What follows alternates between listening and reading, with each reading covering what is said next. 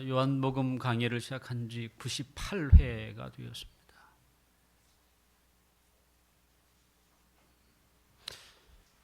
이제 요한복음도 얼마 후에는 이제 곧 끝나게 되는, 이제 예수님의 공생애도 막바지에 다다르고 있는 것이죠. 십자가를 향하여 마지막 그 길을 걸어가시는 예수님을 우리는 보게 됩니다. 일반적으로 우리는 누군가가 죄를 범하면 형벌을 받는다라고 생각을 합니다. 당연한 말 아닙니까? 죄를 지으면 당연히 그에 마땅한 형벌을 받아야 하는 것. 그런데 현실에서는 죄가 있다고 해서 반드시 형벌을 받는 것은 아닙니다. 죄에 대한 형벌을 받으려면 좀 절차가 필요합니다. 어떤 절차겠어요? 그 죄에 대한 피해자가 됐던, 때로는 그 죄를 본 사람이 신고를 해야만 비로소 그러니까 소송이라고 하는 절차가 시작이 되죠. 만약 죄를 범했는데도 불구하고 아무도 그를 고소하거나 신고하지 않으면 죄에 대한 형벌을 받지 않습니다. 놀라는 사람이 없네요. 그러니까 반드시 피해자가 됐던 고소하는 사람이 있어야만 죄에 대한 형벌을 받죠. 이 세상의 이야기입니다. 만약 그런 경우에라도 분명 세상 재판관을 통해서 형벌은 받지 않을지 몰라도 하나님은 좀 다르죠. 하나님의 형벌을 피할 수는 없습니다. 세상이야 절차라는 것이 있을 수 있지만 하나님은 증인도 되시고 또 하나님은 재판관도 되세요. 누구의 고소가 없어도 하나님은 판결을 내리시고 그에게 형벌을 내리세요.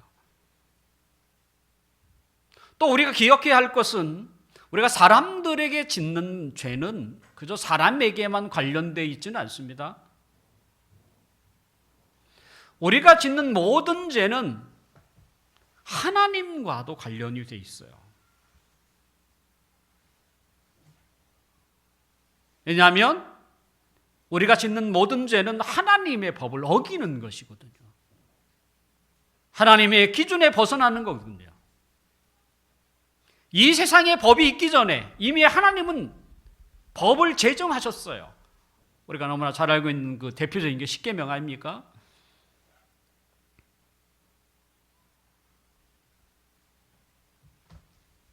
그래서 혹시 죄를 지어도 이 세상에서 형벌을 받지 않을지라도 하나님의 형벌을 피할 수는 없다.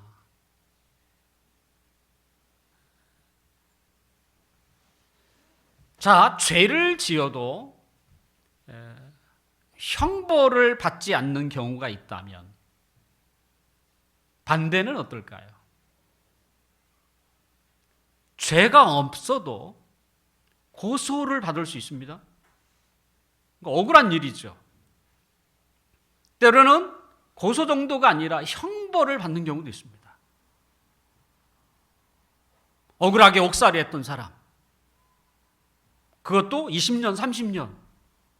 종종 방송을 통해서 그런 사람을 보면 가슴이 미어지죠. 그 젊은 날을 다 교도소에서 보냈어. 더군다나 억울하게. 다행히 훗날이라도 그것이 재조사가 돼서 다시 죄가 없음으로 복원이 돼도 그 지나간 세월을 다시 돌이킬 수 없잖아요. 그나마 그런 사람에게는 그나마 다행일 수 있지만 여전히 억울하게 감옥에 갇혀서 소망 없이 살아가는 사람도 있죠.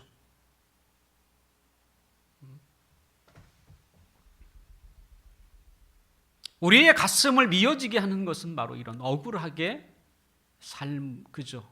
고소를 받고 때로는 형벌을 받는 사람들이죠. 그 대표적인 예가 누굽니까? 예수님입니다.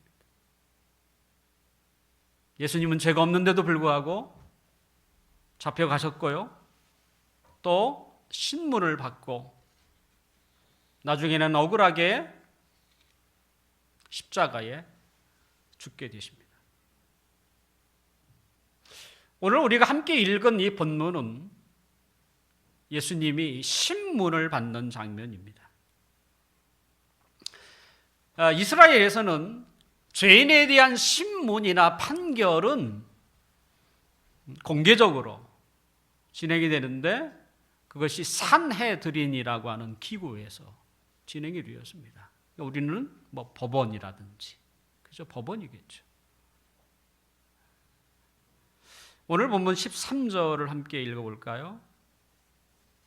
13절이 아니고요. 13절. 12절 13절 같이 한번 읽어보겠습니다. 이에 군대와 천부장과 유대인의 아랍 사람들이 예수를 잡아 결박하여 먼저 안나스에게 끌고 가니 안나스는 그 해의 대제사장인 가야바의 장인이더라. 예수님의 1차 신문은 우리가 제가 방금 말씀드린 산헤드린 공회에서 이루어지지 않았어요. 아직 공회가 열리기 전에 대제사장이라고 하는 안나스의 집에서 이루어졌습니다. 원래 이 안나스는 주 6년에서 15년 동안 제사장으로 있다가 대제사장으로 있다가 그의 5 아들에게 그 대제사장이 승계되고 지금은 조카죠.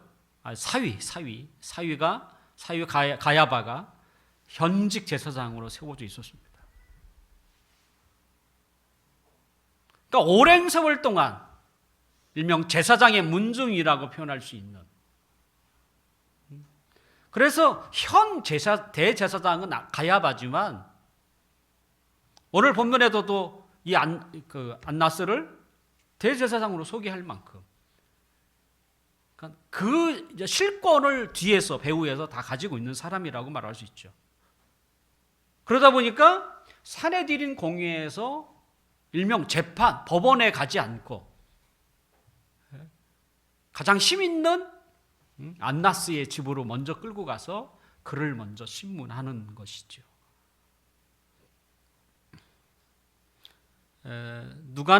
누가복음 3장 2절에 예수님이 공생애를 시작할 때에 당시 대제사장은 사실 본래 한 명입니다.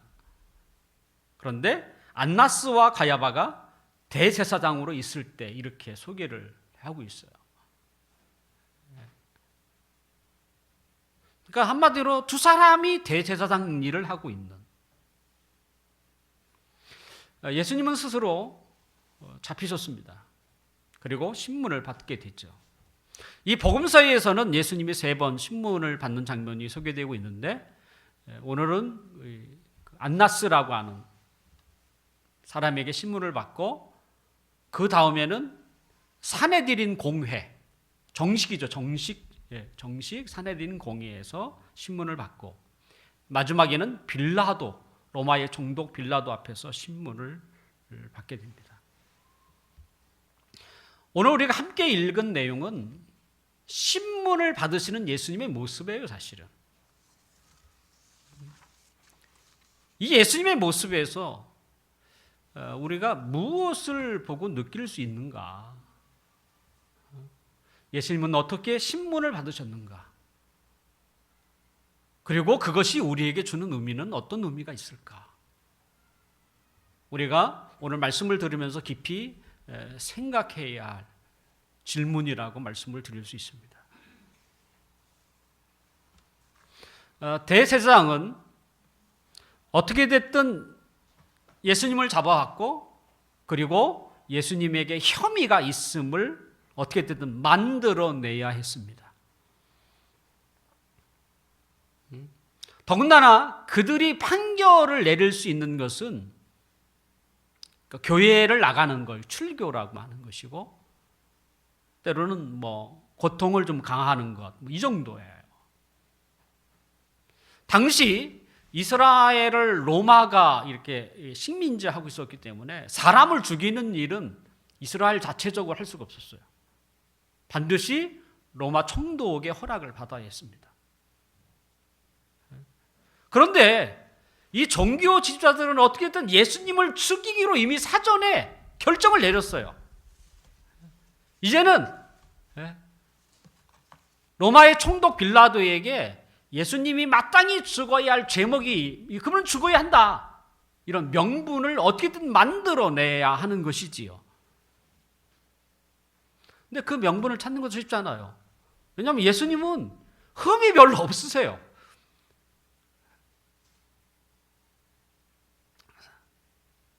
돈이로나 재정적으로나 때로는 다른 어떤 것을 붙여도 예수님에게는 흠을 찾기가 쉽지 않았습니다.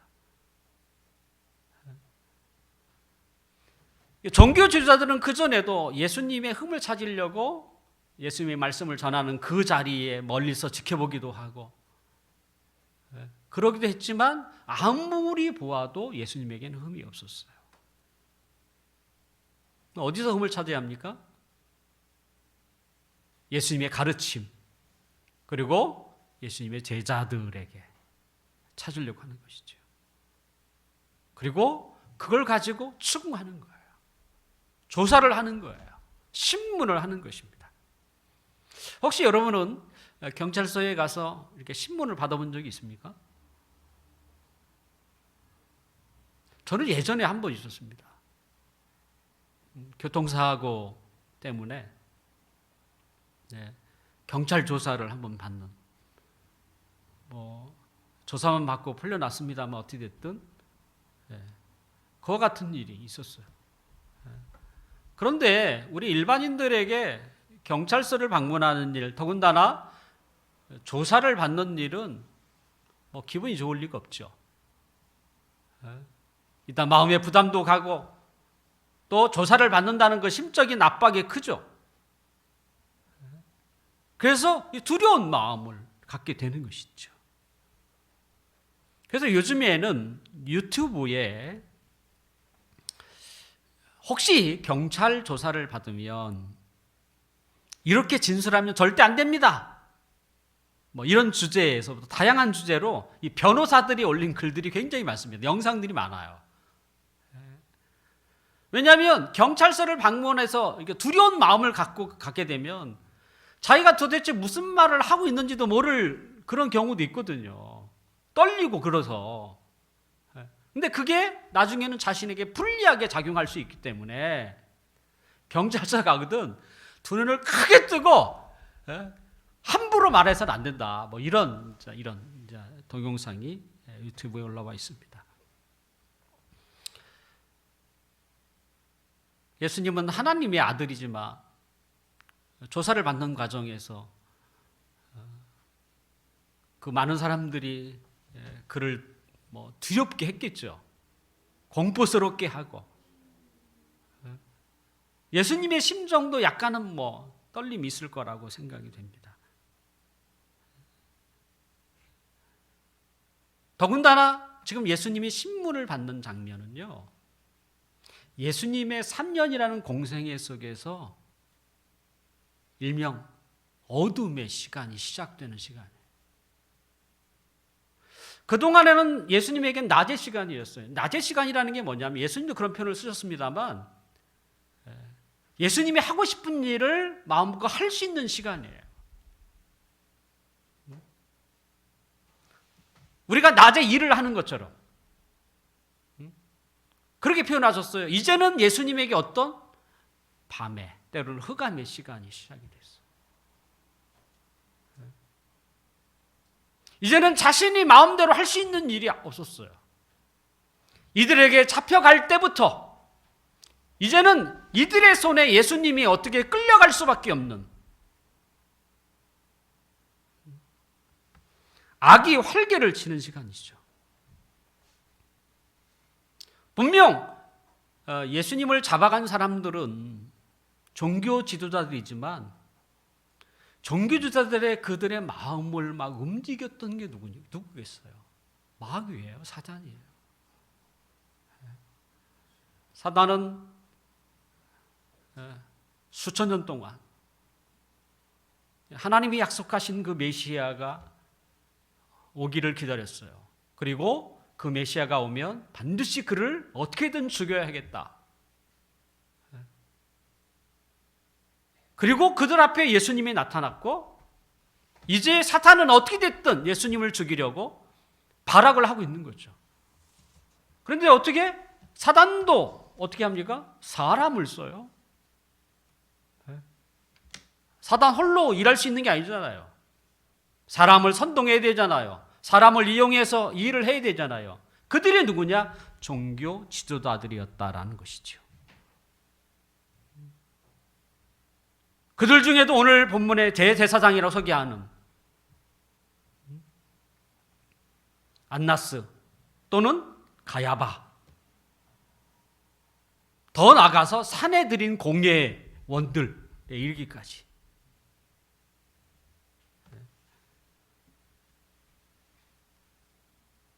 주님만 이런 일이 생기나요? 그렇지 않습니다. 우리에게도 낮의 시간이 있고 흑암의 시간이 있어요.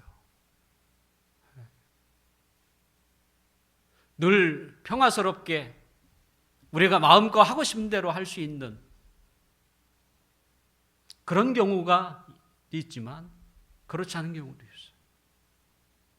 내가 원치 않게 누군가에 의해서 끌려갈 수밖에 없는 이런 시간도 우리에게 존재한다는 거예요.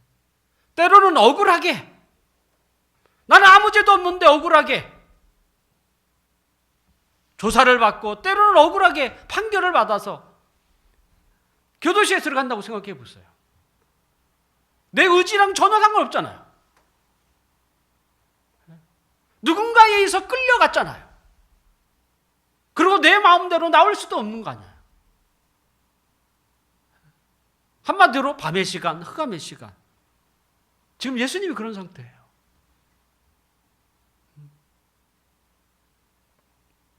그래서 예수님은 밤이 오기 전에 낮의 시간에 우리에게 맡겨진 사명을 위하여 충성하라 말씀하시는 거예요, 사실은. 우리가 지금은 건강하지만 우리가 건강할 때 더 열심히 주를 위하여 충성하는 게 필요하죠. 사실 병도 우리에게는 뭐예요? 흑암의 시간이잖아요. 내가 마음대로 안 되잖아요. 움직이고 싶은데 다리가 절든지 다리가 힘이 없으면 어떻게 할 수도 없을 거 아니에요. 하물며 많은 사람들을 두렵게 하는 암이 내 안에 발견이 됐을 때 그 암으로 인해서 내 사지에 문제가 생겼을 때 이제는 옛날처럼 그렇게 건강한 모습으로 하나님의 백성으로서의 삶을 살지 못할 거 아니야. 그것도 우리에게는 흑암의 시간이죠. 그래서 우리가 건강할 때 낮의 시간에 시간을 허비하면 안 돼요, 사실은. 건강의 문제도 있지만 또 나이도 문제도 있잖아요. 나이가 점점 먹어가면서 60이 넘고 70이 넘고 80이 90. 우리 어르신 중에도 지금 88세 계시잖아요.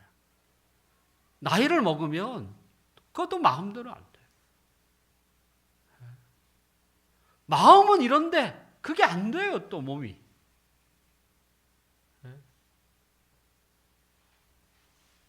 우리가 그런 시간을 맞이하기 전에 건강할 때 낮의 시간이라고 할 수 있는 이 시간을 우리는 소중히 여겨야 돼요. 더 가치 있는 일에 우리 자신을 들여야 하고 무엇보다도 하나님의 그 뜻을 위해서 하루하루를 살아가고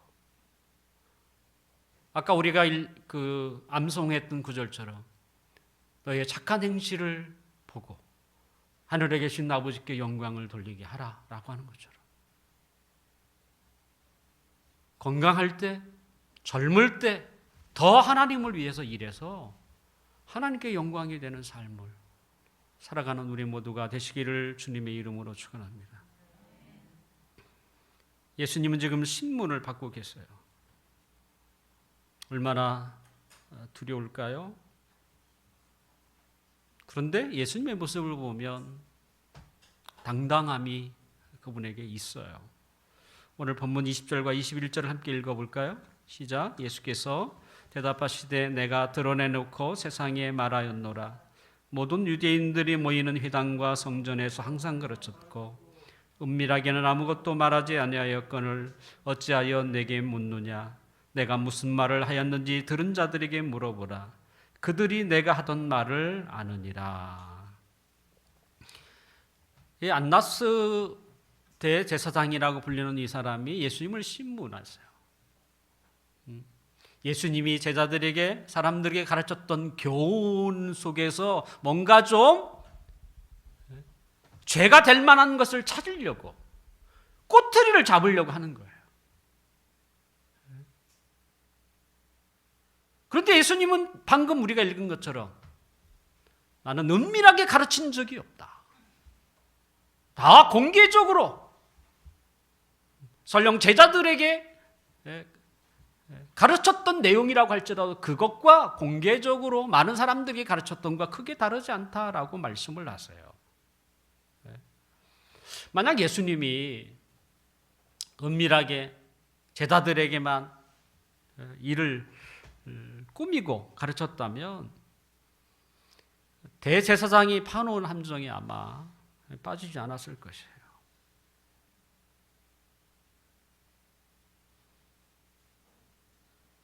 예수님에게 지금 이러한 신문을 받는 이것은 사실은 예수님도 이미 예견하고 있었던 일이에요. 예수님은 그 아버지의 그 명령을 듣고 이 세상에 오시지 않았습니까? 그리고 자신이 이 세상에 어떤 길을 걸어야 할지 너무나 잘 알고 계셨어요. 예수님은 33살을 사셨잖아요. 그리고 그 중에 3년을 많은 사람 앞에서 그 사역을 감당하셨던, 그래서 우리는 공생애라고 부릅니다만, 처음 예수님이 많은 사람들 앞에 나타났을 때 아무도 그를 알아보는 이가 없었죠. 하지만 점점 예수님이 사역을 하면서 사람들에게 알려졌고, 그리고 나중에는 어디로 향해야 됩니까? 십자가로 향하게 되는.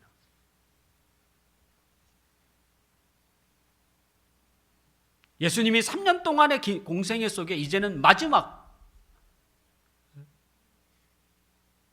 하루가 남은 거예요, 사실은. 그 정점이 어디냐? 십자가의 죽으심이죠.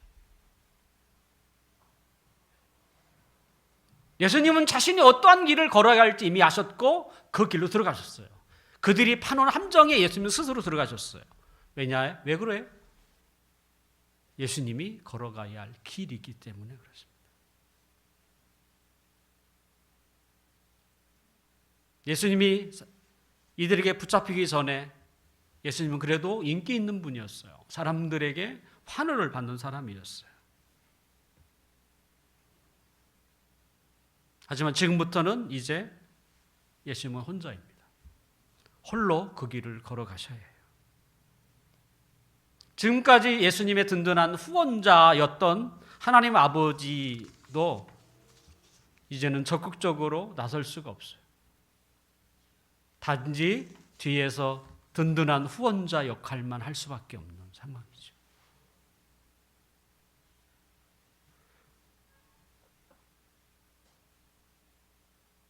십자가의 길, 예수님이 걸어가야 할 길. 근데 예수님만 걸어가나요? 분명 우리는 예수님처럼 십자가에 매달리지는 않습니다. 그렇지만 우리가 걸어가야 할 길은 십자가의 길은 맞습니다. 걸어가는 그 길이 십자가의 길이에요. 왜 그래요? 예수님께서 누구든지 나를 따라오려거든 자기를 부인하고 자기 십자가를 지고 나를 따를 것이다 라고 말씀하셨기 때문에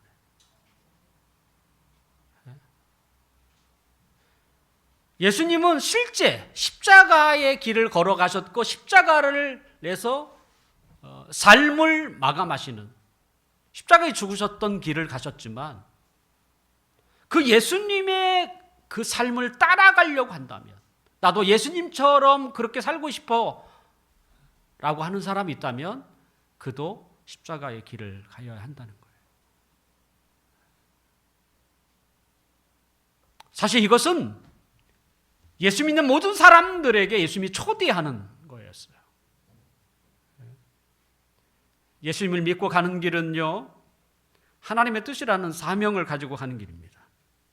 근데 그 길은 어떤 길이에요? 십자가의 길이에요. 사람들의 인기나 사람들의 환호나 사람들로 받는 이 명예와는 좀 거리가 멀어요. 왜냐하면 그것은 십자가가 아니거든요. 그것은 세상이 원하는 길이죠. 사람들의 환호를 받고 세상으로부터 사람들의 칭찬을 받고 이것은 세상의 길이에요. 우리가 걸어가야 할 길은 십자가의 길이죠.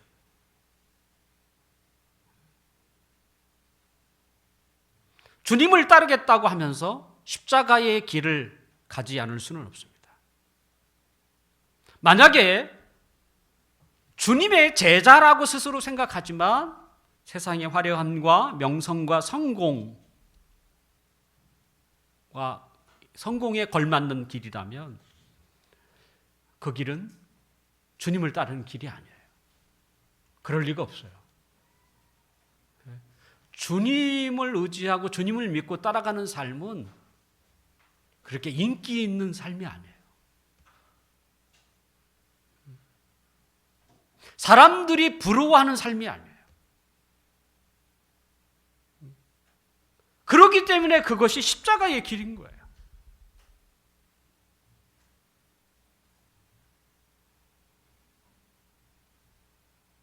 이럴 때 우리가 어떻게 걸어가야 합니까? 우리는 당당하게 걸어가야 돼요. 우리를 둘러싸고 있는 수많은 적들 가운데 있을지라도 십자가의 길이라는 게 뭐예요? 고난의 길이잖아요. 힘들게 가는 길이잖아요. 누가 힘들게 해요? 우리 주위 사람들이 힘들게 하는 거죠. 그럼에도 불구하고 그 길을 걸어갈 때는 예수님은 어떻게 사십니까? 당당하게 그 길을 걸어가세요. 우리에게도 그런 당참이 필요하죠. 그게 뭡니까? 그건 믿음 아닙니까?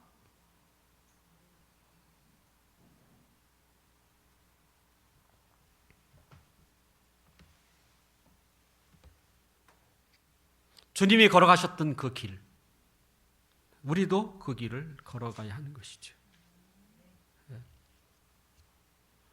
근데 그건 말처럼 쉬운 일은 아닙니다. 끊임없는 자기와의 싸움에서 이겨야 하고 또는 자기 힘으로 안 되는 거잖아요. 끊임없이 하나님 앞에 나와서 하나님의 도움을 구하고 이길 수 있게 해주십시오. 믿음으로 살게 해주십시오. 근데 얼마나 많은 사람들이 그 길을 가다가 포기하잖아요. 그래서 세상의 영광에 취하고 세상의 화려함에 취해요. 그걸 하나님이 기뻐하는 것처럼 그렇게 또 생각도 하더라. 그렇지 않습니다. 나를 따라오려거든 자기를 부인하고 자기 십자가를 지고 가라. 그게 옳은 거예요.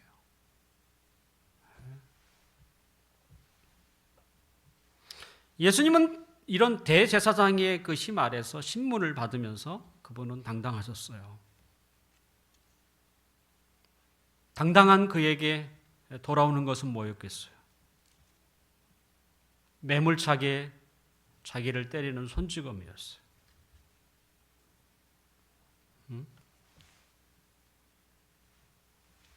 23절을 함께 읽어볼까요? 23절 시작. 예수께서 대답하시되 내가 말을 잘못하였으면 그 잘못한 것을 증언하라. 바른 말을 하였으면 내가 어찌하여 나를 치느냐 하시더라. 예수님은 자신의 허물을 찾으려는 사람들에게 당당하셨어요. 그러자 그 옆에 있던 대제사장의 부하가 손으로 예수님을 쳤던 것이지. 아마 제가 모르긴 몰라도 예수님이 누군가로부터 이 손찌검을 받은 것은 처음이 아니었을까. 난생 태어나서 누군가로부터 따귀를 맞은 거죠. 그분이 느꼈을 모욕감은 누구보다 컸다고 저는 생각이 돼요. 왜요? 그분이 하나님의 아들이잖아요. 하나님의 아들 되신 분이 보잘것없는 그 인간의 그 세찬 손찌검을 맞아야 했던. 예수님은 공정한 재판을 요구하셨어요. 그렇지만 공정한 재판을 기대할 수는 없었습니다. 하나님과 교회를 핍박하는 사람들에게는요, 공정이라는 단어가 사실 없어요.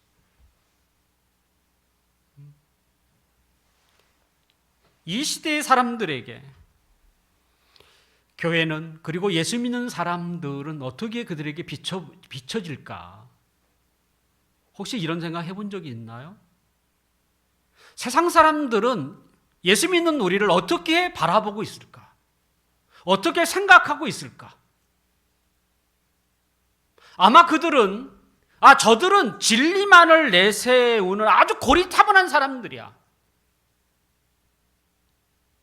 또는 눈에 보이지 않는 하나님만을 무조건 앞세우는 현실 감각이 떨어지는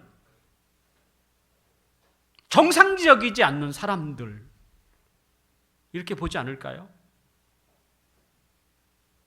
우리에 대해서 다른 시각을 보고 있어요.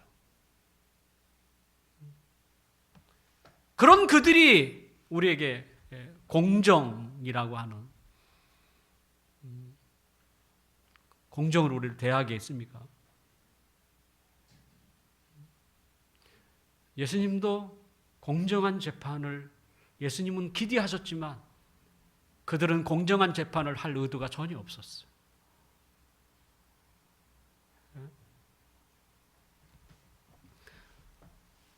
그러니까 나름대로 예수님은 당당하시고 그들에게 내가 잘못이 무엇이냐라고 외치지만 그들에게는 전혀 그 소리가 메아리처럼밖에 들리지 않는,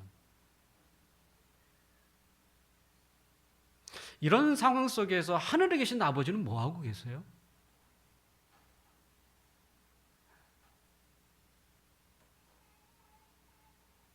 예수님은 홀로 이것을 견뎌만 하고 있는,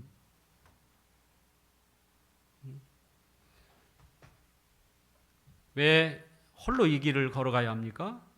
그것이 그분이 가지고 있는 사명의 길이기 때문에 그렇습니다. 우리는 십자가의 길을 걸어갈 때 십자가라는 그 자체가 고된 거잖아요. 힘든 거잖아요. 끊임없는 역경, 어려움이잖아요. 우리가 그 길을 걸어갈 때 우리는 당당해야 합니다. 사실은 주눅들 필요는 없어요. 설령 죽음의 자리까지 갈지라도 우리는 스데반이 가지고 있는 아까 우리가 불렀던 찬송에도 이제 그런 가사가 나와요. 순교자들이 죽는 데까지 그 십자가의 길을 걷잖아요. 하지만 그들은 죽음 앞에서도 너무나 당당했어요. 그리고 평안했다는 거예요. 왜요? 그들은 그기야말로 주님을 따르는 길이라고 생각했기 때문에, 이 길이야말로 사명의 길이라고 생각했기 때문에 그렇습니다. 예수님이 사람으로부터 난생 처음 손찌검을 당하고 있을 때 하나님은 아무것도 하지 않으십니다. 그토록 그 예수님과 함께하고 그분을 도와주셨던 하나님, 그 하나님은 예수님이 짊어지고 가는 고난과 십자가라고 하는 것을 치워주지는 않습니다. 왜일까요? 왜? 지금 자신의 아들이, 하나님의 아들이 이런 모욕을 받고 있고 나중에는 극심한 고문도 당하고 십자가에 죽을 텐데 왜 하나님은 가만히 계실까? 그전에는 그렇게 예수 그리스도와 함께 하셨고 그를 도와주셨던 아버지께서 왜 지금은 가만히 계시는가? 우리도 그런 때가 있잖아요.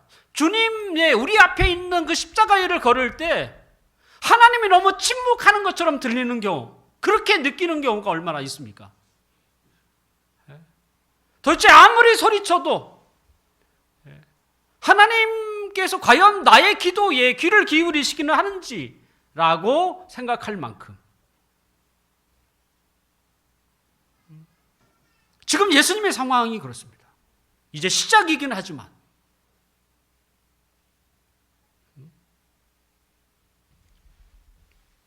왜 하나님은 침묵하세요? 그것은요, 예수님이 걸어가야 할 십자가가 수많은 사람을 살리는 길이기 때문에 그분이 십자가를 지지 않는다면 우리가 존재했겠냐고요. 십자가의 길을 걷는 것이 하나님 아버지에게는 마음 아픈 일이지만 지켜올 수밖에 없는 거예요. 왜? 그래야만 수많은 사람을 살리기 때문에. 왜 우리가 십자가의 길을 걸어야 합니까? 십자가의 길을 걷는 동안 왜 하나님은 침묵하고 계세요? 똑같습니다. 십자가의 길을 걸어야만 다른 사람을 살리기 때문에 그래요. 왜냐하면 십자가 위에는 사람을 살릴 길이 없어요. 우리가 세상에서 성공하고 세상의 화려함과 인기를 많이 누리면 사람이 다른 사람을 그게 살릴 수 있을 것 같아요? 그렇게 해서 살리는 게 아니에요. 우리가 진리로 무장하고 고난과 역경이 와도 믿음으로 당당하게 그 길을 걸어가는 이런 길을 우리가 가야만 비로소 세상을 그게 깨우는 것이고 그 길이 사람을 살리는 거예요. 아무리 이 세상이 화려하고 이 세상이 성공하는 사람들을 이렇게 한들 이 세상에 생명이 그 일로 해서 사람들이 생명을 얻는 일이 생기나요? 더 헛된 곳에 더 빠져들어요. 성공이라는 이름 아래 더 깊은 수렁에 빠지고 있는 거예요.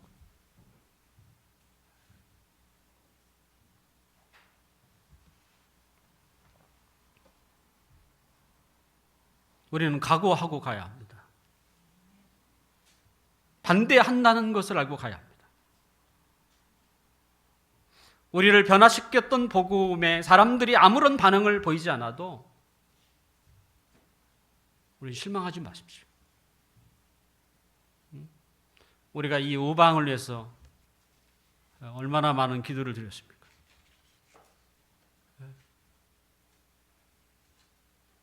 하지만 우리에게 돌아오는 것은 인기척도 없어요.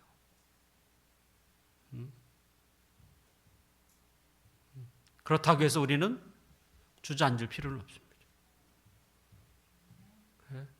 실망스러움이 우리에게 닥칠지라도 때로는 넘어지면 다시 일어나는 그 오뚜기와 같은 신앙을 가지고 일어나는 것입니다. 그래야만 그것이 사람에게 생명을 줘요. 저들은 어떻게 해서 저렇게 꿋꿋하게 살아가지? 우리에 대해서 그릇된 생각을 가지고 있던 사람들이 우리가 걸어가는 그 십자가의 길을 보고 그들은 놀래요. 그리고 여기에 희망이 있고 여기에 자기들이 찾는 생명이 있다는 것을 조금씩 느끼게 되는 거예요.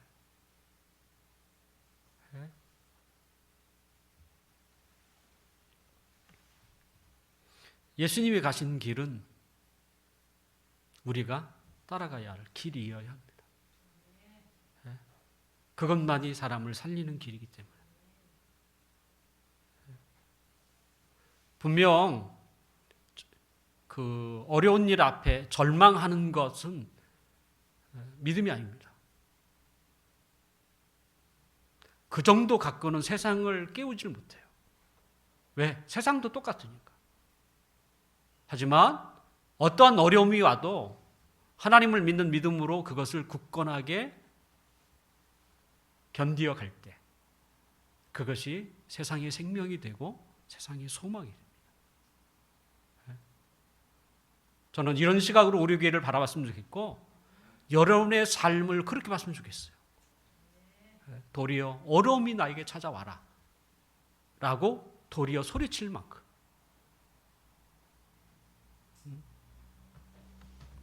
말씀을 마치겠습니다. 우리가 걸어가야 할 길은 사명의 길이고 십자가의 길입니다.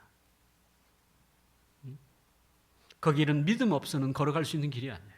믿음으로 가셔야 돼요. 믿음이 없으면 너무 힘들어서 못 가요. 가다가 포기합니다. 자신에게 닥치는 시련이 크면 클수록 더 주님 앞에 무릎을 꿇으셔야 돼요.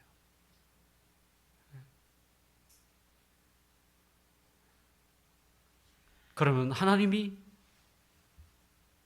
언젠가 때가 되면 그를 세우셔서 하나님의 영광을 나타내십니다. 우리는 평생에 그것을 기대하고 사셔야 돼요. 지금이 어렵다고 할지라도 이 어려움이 우리에게 계속될지라도 십자가의 길 끝에는 뭐예요? 영광의 길인 거예요. 부활의 날이에요. 이 소망과 희망을 가지고 오늘도 내일도 사명의 길, 십자가의 길을 걷는 우리 사랑하는 성도들, 우리 모두에게 하나님의 음성이 함께하기를 주님의 이름으로 축원합니다. 기도하겠습니다. 아버지 하나님.